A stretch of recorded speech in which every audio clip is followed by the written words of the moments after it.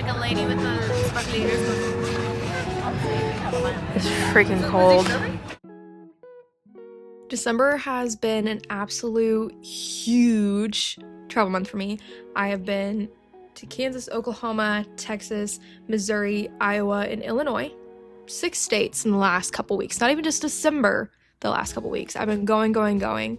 And almost all of it has been in car. Like, I've been driving all those places. But luckily this last trip, the one to Chicago, we were on a train. We took the Amtrak train from Kansas City all the way to Chicago, and I wanted to talk about it and kind of document the trip, especially because this was so new to me, specifically how much I learned about myself.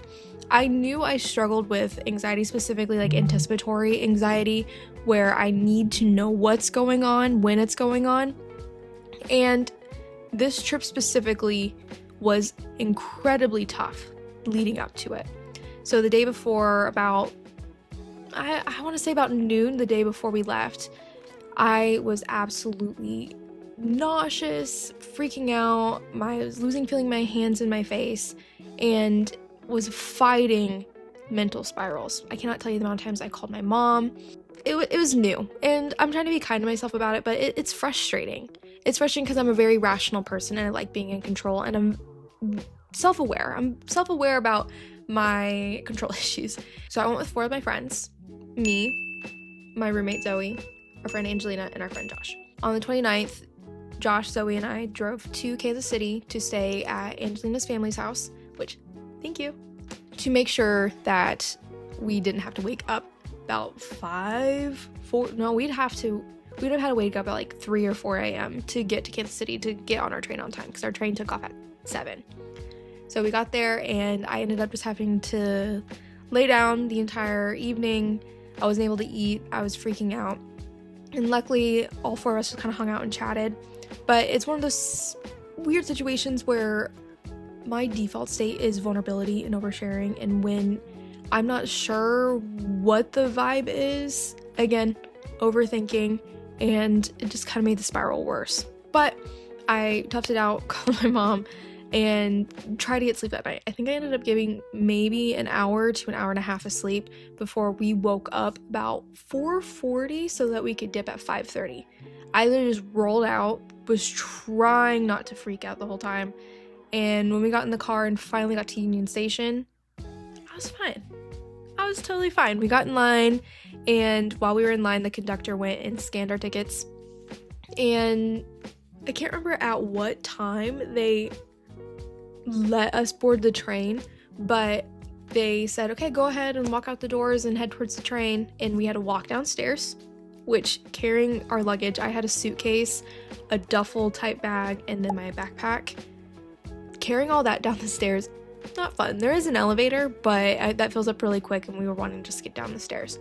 We waited there for maybe 5 to 6 minutes before we actually got on, assigned us seats, and when we got on the train, our jaws freaking dropped. We were in coach, but like, I was expecting maybe to rough it a little bit. The seats are amazing. There's so much legroom. You can recline all the way back.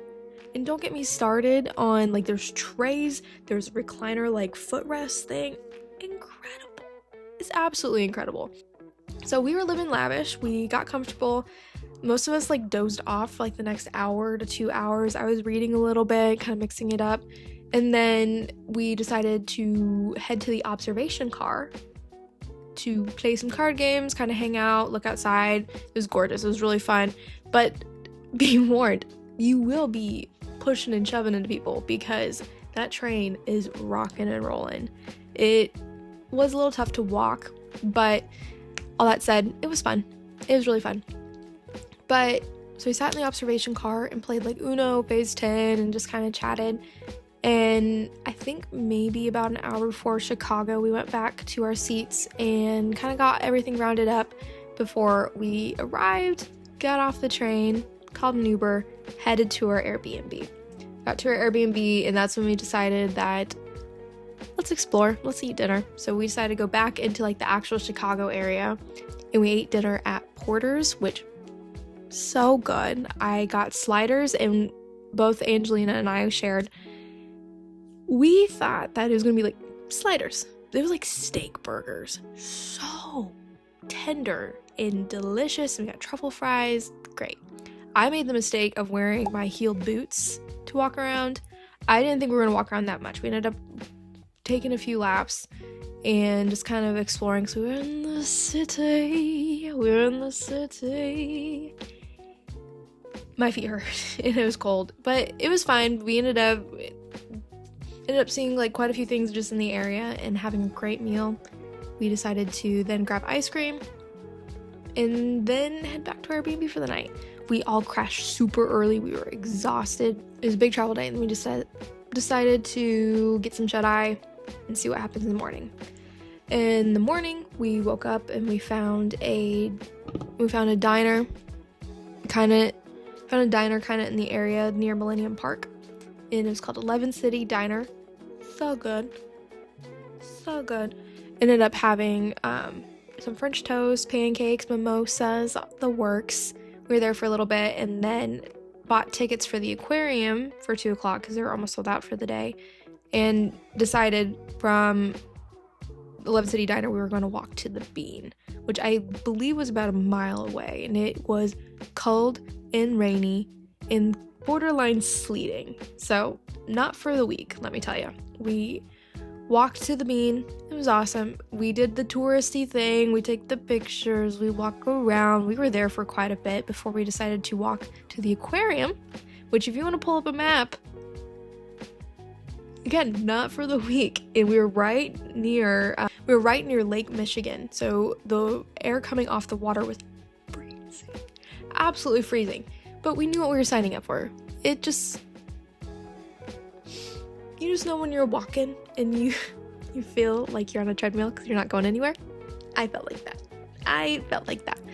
And let's just say my energy levels are typically pretty low. So I was being really brave. It was really brave. I will say one tidbit about the aquarium. While it was beautiful, if you're only in Chicago for the amount of time like we were there from the 30th and then we left January 1st. So we were there really just for one full day before leaving. It eats up a lot of your time. So if you want to do a lot more touristy things, see the city, don't do that. Despite all that, it was really cool to see the aquarium. It was super fun. And during that time, I want to preface, I'm a very stressed out person. I like knowing what I'm doing. I like having not always a strict plan, but I like having an idea of where things are going, especially when I'm traveling, because to just kind of put it super simply, I like knowing the beginning, the middle, and the end. Basically, where we're at, where we're going, how we're going to get back. And we didn't know where we were going to eat dinner. We knew that we wanted to see the fireworks on the pier, but we had nowhere to eat. And the place that we kind of found the night before, we didn't realize was way too far away. So, at the aquarium, Angelina and I are sitting there scrolling, trying to find a place. And after probably an hour and a half of scrolling, we find this restaurant called Chef Art Smith's Reunion. Which initially I'm like, that doesn't really roll off the tongue, but then once you get there, I'm like, oh, it's Chef Art Smith Reunion. And I'm like, And they had a reservation for like 7:45. So we kind of planned it out. We took an Uber to an area about a mile away from the restaurant, which we then went to the Starbucks roastery, and I had the absolute best London fog of my entire life. It was called like a fog nog, something like that. It was the London fog eggnog latte.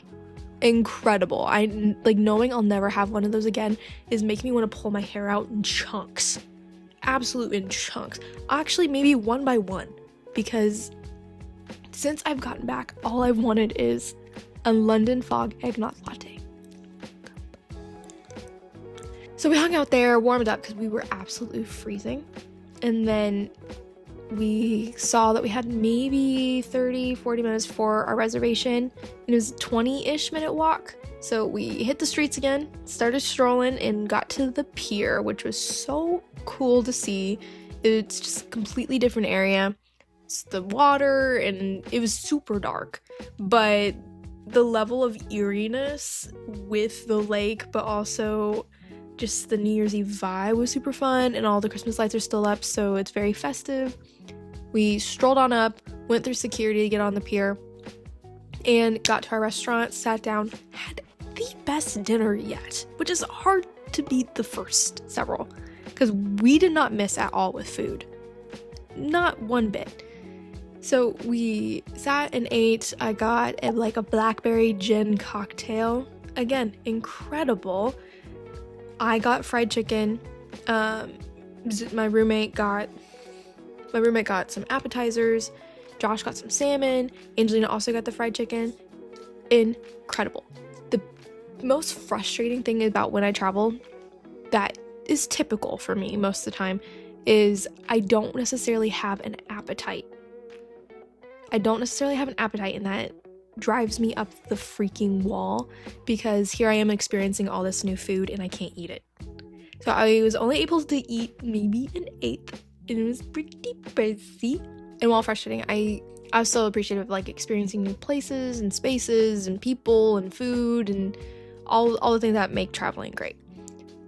And we hung out there for a while. We got some chocolate cake, and then decided to just explore the building on the pier, which I'm not sure what it's called. But we kind of explored and walked through, and the building just keeps going and going and going and going and going and going and going and going and going, and then maybe going a little bit more. We got to the end of the pier. It was gorgeous. There wasn't that many people, but there was the party inside. So you hear the music bumping, go boop, and we were just looking out over the water and just seeing the skyline, and it was gorgeous. It was so cool. Then we decided to move up the pier about halfway, and there's a pretty good group of people, and I am 5'2" on a really good day. So I couldn't see very much. There's a pulling away, and this mom in front of me really wanted to take pictures of her family so bad that she started shoving me, which I then responded with and kept getting shoved, and we were finally able to kind of scooch around her. Saw the fireworks, pretty cool. I could barely see them. So honestly, I would say if you're not in a rush getting back, the end of the pier would be pretty fire. But then the fireworks are done. Yay, Happy New Year, Happy New Year. It was super underwhelming because there wasn't a countdown. It was just I don't know where the fireworks started, and there wasn't any music, so I'm cool. And then I scheduled a Lyft for that night, but did not realize the street that we scheduled it on was closed off. Didn't even think about it, we're gonna be honest. They kept canceling and canceling and canceling and canceling. We were freezing and we were cold, and I was grumpy. And I heard the cops telling people who were also out of town, saying you're gonna have to walk up Grand Avenue for a couple miles before you're able to get anything. I'm cool, that's great. So we decided to brave everything because our feet hurt, we were cold, I think I was just grumpy. Everyone else was fine. And we walked up Grand Ave, and then I was finally able to get us an Uber. After we walked up about a couple miles, and I was able to get us an Uber, and we got back to our Airbnb. We crashed. Our Airbnb host is super nice, so she let us check out late, and we went straight from our Airbnb to Union Station, hung out for a bit, and this was just the course of the day was bam, bam, bam, bam. I felt like we were getting punch, because when our Uber picked us up from the Airbnb, we thought she was leaving us, and I see Josh sprinting towards the Uber, and he face plants. And then I think that the Uber's also leaving, so I'm running. And Zoe, my roommate's in the Uber, and she's driving away. And I see Angelina outside the car, just this, okay, kind of, whatever happens, happens. But she was just moving up the street, and none of us knew because I was busy trying to lock up the Airbnb. So we get in the Uber, we get there, get to the Union Station, everything's fine, whatever, we're hanging out. Beautiful waiting area. Get some food, we snack, we grub, I'm working on stuff on my computer, and we hear the final call for our train.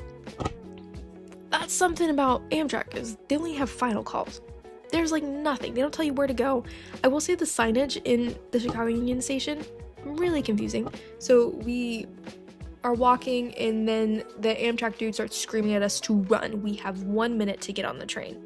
We are far away, so we're booking it. This is okay, sweet, we're 1 of 1 for my New Year's resolution of working out more because I am huffing and puffing. I am running so hard. And we get there and the people are like, no, stop running. So they're getting yelled at us to stop running too. And we had like 10 minutes before the train took off. So we were fine. Should we have been there? Maybe, but we were fine. It was confusing. The sign literally made no sense. So that was great. That was absolutely great. We get back on the train. We get coach in the back, which is super fun because we got trays and it was cool. And I ended up just staying the whole time in my seat, which was fun. So that kind of sums up the highlights of the Chicago trip for me, at least, and what my Amtrak experience is. I hope it's helpful to someone to kind of understand the ins and outs of a really quick trip like this, especially around New Year's Eve, and how Amtrak works. I'm one of those people that likes to control everything, that likes to know everything, and one thing that I wish I knew beforehand is how relaxed train travel is. There isn't necessarily security. The ticketing system is super chill. When we were in Kansas City, they ticketed us before we got on the train. In Chicago, they ticketed us when we were already on the train, moving. So it's kind of either or. So there's a lot of flexibility and it's fairly relaxed as long as you're aware, you're on time, you're prepped, you're cool. You're cool, and I think it's a really neat way of traveling. All of my travel has been by car. So this was a really fun, neat experience to kind of kick up and relax and have something a little bit different. But here's to 2025 and more traveling, more experiences, everything that makes traveling super fun, super cool, and everything in between. I'll see you next time.